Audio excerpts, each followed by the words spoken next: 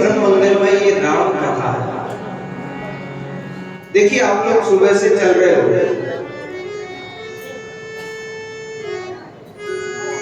शायद आपका भोजन भी बच गया होगा, भूख भी लग रही होगी, लेकिन फिर भी हम जितना आप चाहोगे उतनी कथा सुनाइएगा। जब आपको लगे कि अब थकान भी ज्यादा है, भूख भी लग रही, पेट भी नहीं पा रहे, तो वहां आप कहना उसी जगह अपन कथा को विश्राम देंगे। आप कहोगे रोज केवल एक एक आप कहोगे उस प्रसंग पे कथा करेंगे, लेकिन कथा भी न छूटे और आप आए हो तो आपसे एक क्षेत्र का भ्रमण भी न छूटे, दोनों प्रयास करते हैं। तो आइए आज की कथा में हम प्रवेश करें।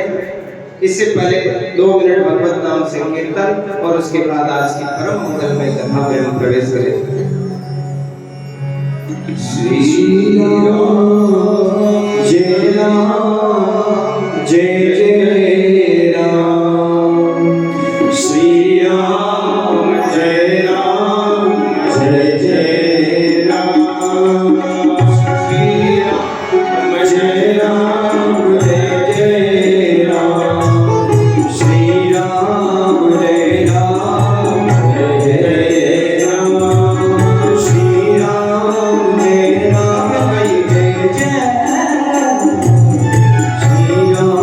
जय राम जय जय राम, श्री राम जय राम जय जय राम, श्री राम जय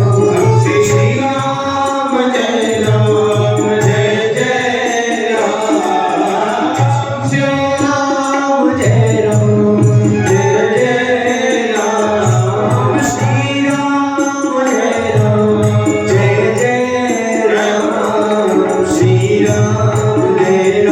जय राम, श्री राम जय राम जय जय राम, श्री राम जय राम जय जय राम, श्री राम जय राम जय जय राम। बड़े प्यार से सभी लोग आइए।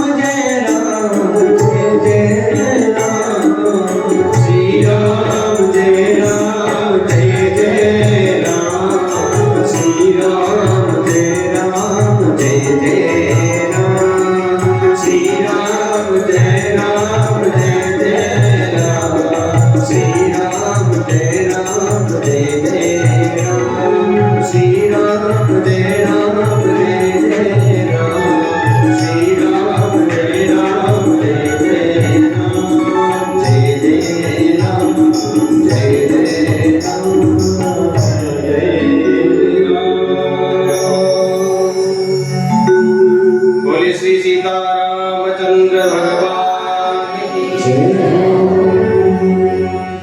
कल की कथा में हमने श्रवण किया था बाबा तुलसीदास जी के मानस की रचना प्रारंभ करने के लिए 7 श्लोकों में मानस जी की तो वंदना की है, लेकिन 7 श्लोकों में अलग अलग देवों की भी वंदना की। इसके बाद मानस पूर्ण हो, निर्विघ्न पूर्ण हो, इसके लिए बाबा तुलसीदास जी ने सबसे पहले ब्राह्मणों से लेकर सुर, असुर, गंधर्व, यहाँ तक कि अयोध्या, दशरथ, जनक, हनुमान जी सभी की स्तुति की, सभी की प्रार्थना की।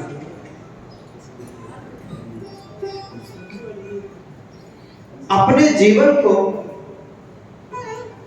धन्य बनाने के लिए, अपने जीवन को सुगम बनाने के लिए, अपने जीवन को सफल बनाने के लिए जीवन में मंगलाचरण होना अति आवश्यक है। किसी भी चीज का हम प्रारंभ करते हैं तो किससे होता है? मंगलाचरण से। और यदि किसी चीज का मंगलाचरण शुद्ध है, किसी चीज का मंगलाचरण अच्छा है, तो वो चीज कभी बिगड़ती नहीं है। और यदि हमारे जीवन में भी मंगलाचरण का मतलब क्या है? मंगल आचरण, मंगलाचरण। यदि हम जीवन में भी मंगल का आचरण करने लग जाएं, तो हमारा जीवन भी मानस की तरह पवित्र हो जाएगा। लेकिन हम क्या करते हैं? कहीं सत्संग में गए, कहीं कथा में गए, किसी भजन संध्या में गए तो खूब नाच लेंगे, खूब ताली बजा लेंगे, लेकिन जैसे ही उस जगह को छोड़ा और फिर वैसे के वैसे। हमारा क्या होता है? हमारा मरकट वैराग्य। इसलिए बाबा तुलसीदास जी कि मेरा मन अभी आज मैं कुछ लिख लूं, 1 कांड 2 कांड लिख लूं, फिर मेरा मन उस बंदर की तरह वापस विषयों में न लग जाए। बंदर क्या करता? कभी भी एक डाली पर बहुत अधिक समय तक रुक नहीं सकता। और हमारा मन भी उस बंदर की तरह है, किसी एक विषय में एक जगह स्थिर नहीं रह सकता।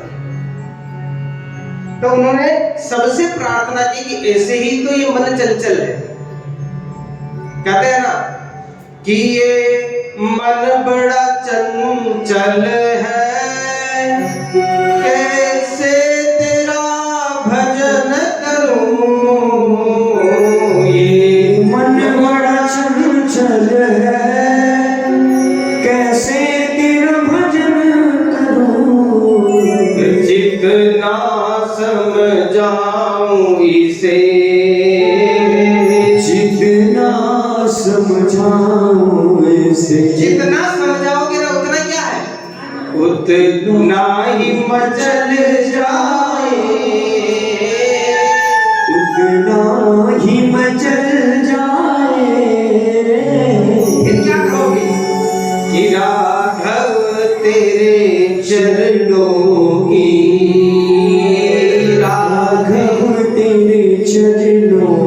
चरणों की धूल चाहिए। और चरणों की धूल कब मिलेगी? जब जीवन में मंगल का आचरण होगा। धूल जो मिल जाए, सच कहता राघव, सच कहता राघव। क्या कहता है व्यक्ति? जीव जीवन ही बदल जाए, जीवन ही बदल जाए। उसी तेरे चरणों की, राघव तेरे चरणों की। क्यों मिलेगी? कि सुनते हैं तेरे द्वारे, सुनते हैं तेरे द्वारे, रहमत भी बरसती है। सुनते हैं तेरे द्वारे, रहमत ही बरसती है। ज्यादा नहीं चाहिए प्रभु, कि एक बूंद जो मिल जाए, एक बूंद जो मिल जाए। और एक बूंद प्राप्त करोगे ना राधे, तो क्या होगा? किस्मत ही बदल जाए, किस्मत ही बदल जाए। रघुनाथ तेरे चरणों की, रघुनाथ तेरे चरणों की। सुंदर मंगलाचरण में सभी की वंदना, सभी को सहजता में लिया। और फिर कहां पहुंच गए? फिर पहुंच गए प्रयागराज महाराज। और महाराज जैसे ही प्रयागराज बाबा पहुंचे हैं, स्थूल रूप से नहीं गए, सूक्ष्म रूप से गए। सूक्ष्म रूप से भी केवल मन गया। और मन गया तो समझिए बन गया। केवल मन के जीते जीत है और मन के हारे हार। बाबा कहां पहुंच गए? मन से घाट बदल दिया। यहां तक पहले कल तक की कथा में देखिए 4 घाट हैं मानस के। पहला घाट है जिसको कहा गया है भक्ति घाट। और भक्ति घाट में क्या हो रहा है? बाबा मानस लिख रहे हैं और भगवती गंगा भक्त के रूप में श्रवण कर रही है। और बनारस का ये दृश्य है तुलसी घाट पे। दूसरा घाट ज्ञान घाट। और ज्ञान घाट पे 2 ज्ञानियों का मिलन है। एक परम ज्ञानी है भरद्वाज ऋषि और एक परम मुनि है याज्ञवल्क्य ऋषि। आप लोग कोई भी बात ना करें। दूसरा घाट परिवर्तन होगा और 4 घाट है। जब हम तीसरे घाट पे पहुंचेंगे ना तो वहां पर माता सती और शंकर की कथा चलेगी। और जब चतुर्थ घाट पे पहुंचेंगे तो वहां काकभूषुंडी जी की कथा चलेगी, गरुड़ जी की। ये 4 घाट है। और चौथा घाट है शरणागति घाट। यदि आप जीवन में राममय होना चाहते हैं तो राघव के चरणों में शरणागति बहुत आवश्यक है महाराज। ये चौथा घाट, ये 4 घाट।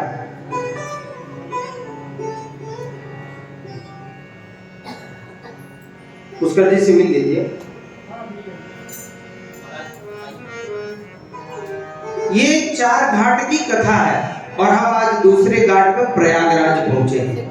और देखिए प्रयागराज का सुंदर दर्शन है। कौन कौन गया है प्रयागराज? बताइए, हाथ ऊपर करिए। चलिए, जो गए हैं वो कभी समय मिले तो और जाइए, और जो नहीं गए हैं कम से कम जीवन में एक बार प्रयाग जरूर जाइए। क्योंकि हम कथा में सुनेंगे प्रयाग इतनी पवित्र भूमि है ना कि चित्रकूट जाते समय उस प्रयाग की भूमि को जिस तरह डंडा धरती पर पड़ा रहता है उस तरह भरत जी ने उस धरती को, उस धरा को प्रणाम किया है। हम कथा में सुनेंगे जैसा समय मिलेगा। प्रयाग चले गए। अब देखिए प्रयाग का क्या दर्शन है और प्रयाग क्या है। बहुत शरद ऋतु अपने परचम पर है और उसी समय एक दृश्य होता है। और दृश्य बाबा देखिए आज की कथा प्रारंभ में क्या कहते हैं?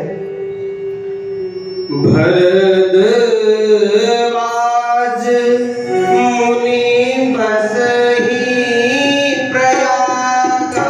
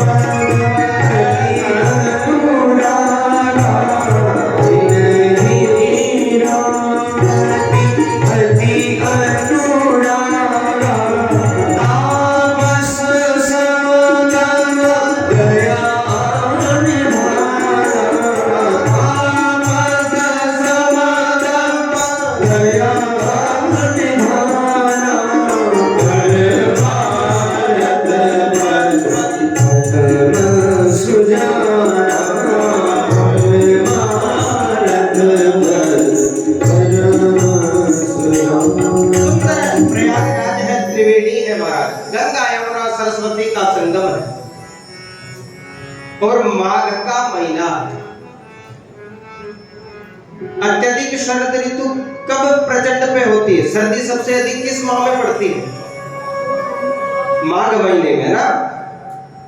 और उसी माघ का दर्शन है कि माघ मकर गत रवि जब होई, कि माघ मकर गत रवि जब होई, तीर्थपति आवत सब कोई। जब माघ महीना प्रयाग में चलता है ना तब ऐसा नहीं है कि केवल साधु संत वहां जाते, ऐसा नहीं है कि उस प्रयाग में केवल गृहस्थ लोग जाते हैं। वो तीर्थों का राजा है, तीर्थों का अधिपति है प्रयाग। और छोटे मोटे सब तीर्थ भी माघ महीने में 1 महीने तक वहीं विश्राम करते हैं। महीना बीता और वहां से जो समूह था, अब बिछुड़ने का समय आया। और जैसे ही बिछुड़ने का समय आया और सब अपने अपने जगह जाने लगे, तो उसी समय देखिए भरद्वाज ऋषि का आश्रम है प्रयाग में, त्रिवेणी के तट पर। और उसी आश्रम में एक अक्षय वट है, जो आप अभी भी जाओगे तो वट दर्शन है उसके। उस अक्षय वट के पास जैसे ही याज्ञवल्क्य मुनि अपना माघ महीना व्यतीत करके तपस्या करके जाने लगे, उसी समय भरद्वाज ऋषि ने उनके चरण पकड़ लिए। भरद्वाज मुनि उनके चरणों में गिरे और चरणों में गिर के कहने लगे कि प्रभु 1 महीना आप यहाँ रहे, इस आश्रम में रहे, आपने खूब तपस्या की और हमने भी यथोचित आपकी सेवा सत्कार किया, लेकिन अब आप जब बिछुड़ रहे हो ना, तो अब मेरा मन बहुत दुखी है। क्योंकि आप 1 महीना यहाँ रहे ना, तो हमें इतना आनंद आया, इतना सुख मिला, लेकिन अब आप जा रहे हो ना, तो मेरा मन दुखी है। याज्ञवल्क्य ऋषि ने भरद्वाज जी को उठाया, गले लगाया और कहा कि आप स्वयं प्रबुद्ध हैं, आना जाना बिछुड़ना ये संसार का नियम है, तो आपको दुखी नहीं होना चाहिए। तो देखिए भरद्वाज ऋषि क्या कहते हैं कि गुरुदेव, मैं इस बात से दुखी नहीं हूं कि आप बिछुड़ जाएंगे, मैं इस बात से दुखी नहीं हूं कि अब हम कब मिलेंगे, मैं इस बात से दुखी हूं कि 1 महीना आप इस आश्रम में रहे, फिर भी मैं आपसे कुछ ज्ञान नहीं प्राप्त कर सका, फिर भी अभी मेरी बुद्धि में ज्ञान का प्रकाश नहीं है। याज्ञवल्क्य मुनि ने कहा कि प्रभु आप तो विद्वान हैं, आप वेदों के शास्त्रों के ज्ञाता हैं, फिर कह रहे हो कि मुझे ज्ञान नहीं हुआ, ऐसा नहीं है। आप सब कुछ जानते हो, सर्वज्ञ हो, लेकिन फिर भी मेरे से न जाने आप क्या सुनना चाहते हो कि आज आप मेरे से इतना अनुरोध कर रहे हो। ऐसी कथा है, भरद्वाज मुनि याज्ञवल्क्य ऋषि को अपने आश्रम में आसन ग्रहण करवा दिया कि आप जा नहीं सकते, मेरे मन में कुछ दुख है, मेरे मन में कुछ कष्ट है, उसको आप निवृत्ति करो। तो देखिए क्या कहते हैं कि मेरे को कोई सांसारिक कष्ट नहीं है, मुझे कोई लौकिक कष्ट नहीं है, मुझे एक पारलौकिक मेरे मन में चिंता है। और चिंता क्या है कि नाथ एक संशय बड़ भारी, कि हे नाथ, हे मुनि, मेरे मन में एक बड़ा भारी संशय है। संशय क्या है कि करगद वेद तत्व सब भारी। और आप देखिए सभी वेद शास्त्रों के आप ज्ञाता हैं, इसलिए मेरे मन में एक संशय है, उसको आप मिटा दीजिए। और संशय क्या है कि देखिए, कहत सो मोहि लागत भय लाजा, और मुझे कहने में भय भी है, लाज भी है, क्योंकि अगर और कोई सुनेगा तो वो कहेगा कि भरद्वाज हमारे सामने तो बड़ी बड़ी कथाएं करते हैं, बड़ा बड़ा हमें ज्ञान वेद शास्त्रों का, पुराणों का, स्मृतियों का हमें व्याख्यान देते हैं, और खुद एक अज्ञानी की तरह याज्ञवल्क्य ऋषि के यहाँ से कुछ प्रश्न कर रहे हैं। तो क्या कहें कि जो न काम बड़ होई अकाजू। और यदि आपसे मेरे मन की शंका में नहीं भी कहूंगा ना, तो मेरा बड़ा अकाल हो जाएगा, बड़ी मेरे हानि हो जाएगी, और मैं जीवन में नरक को प्राप्त कर जाऊंगा। इसलिए नाथ मेरे मन की शंका मिटाइए। और शंका क्या है कि देखिए, संत कहीं असनीति प्रभु श्रुति पुराण मुनि गाव, कोई न विमल विवेक गुरु संग कयो। मुझे ज्ञान चाहिए, मौन विवेक, और विवेक बिना गुरु की भक्ति से प्राप्त नहीं होता है, बिना संत कृपा से विवेक प्राप्त नहीं होता। और क्या करें कि गुरु सन किए वो दुराव, पर कोई व्यक्ति अपने गुरु से दुराव कर जाता है, अपने मन की अच्छी या बुरी बात गुरु को नहीं सुनाता है, तो उस व्यक्ति कभी जीवन में सुखी और सफलता प्राप्त